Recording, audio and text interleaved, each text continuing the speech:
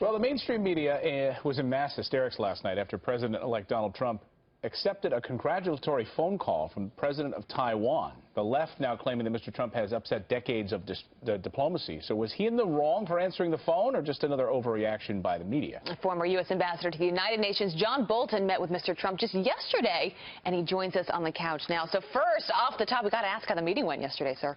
Well, it was a very serious meeting, and I've just said all I'm going to say about it. I actually think that, a president-elect ought to be able to talk to people in confidence. I think it's related to the doctrine of executive privilege, which is very important in presidential decision-making. And, if they want to reveal what happened, I think it's up to them. It's not up to me. But if asked, you would take that position?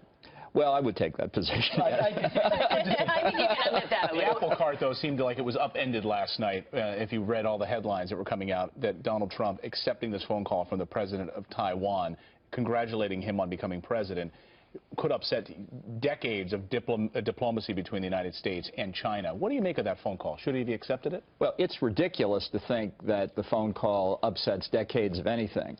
But I do think it's important that people understand the President of the United States should talk to whomever he wants if he thinks it's in the interest of the United States. And nobody in Beijing gets to dictate who we talk to. My view has been for some time that we should be upgrading our relations with Taiwan. And I know that's going to cause heartburn in Beijing, but it's a reality. This is a nation of over 20 million people. They have a democratic government, a free press, a free market. They meet all the customary international law definitions of statehood. So when a democratically elected leader calls the President of the United States, I say, you bet he takes the call. Absolutely. Why the hysteria then? Why the mainstream media and the left saying, he's shaking up an entire relationship? They react that way reflexively with him. Yeah. Honestly, I think we should shake this relationship up.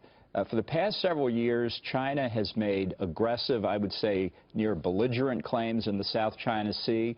They've declared it to be a Chinese province. They've established a provincial capital.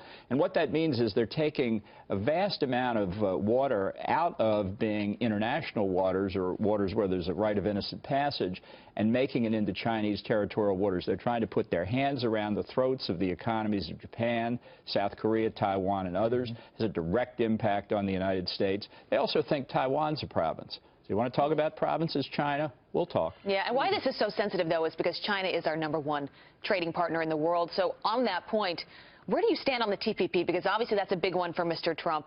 Is it such a bad thing to increase trade with our Asia partners? Well, he said that he's going to pull the plug on TPP at the beginning. I have to say, not having been involved in it at all, even back in the Bush administration, the advantage of TPP as it was sold at the beginning was strategic, that this was an alternative to increasing Chinese influence in the region. And yet TPP, as I read it, as negotiated, is just another managed trade agreement. Donald Trump said repeatedly during the campaign he believed in free trade. The problem with a lot of these agreements that have been the subject of this criticism is, well, number one, they're not free trade.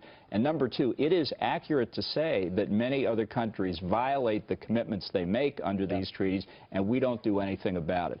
I think it's important in the Pacific we do have a strategic alternative to China. I think we can provide that. I think Donald Trump has made that clear in the campaign, too. So I think there's a lot that we can be doing. Ambassador Bolton, great to see you this morning, as always. Glad to be here. Good luck, indeed. Thanks for being here. Yeah, thanks for being here. All right.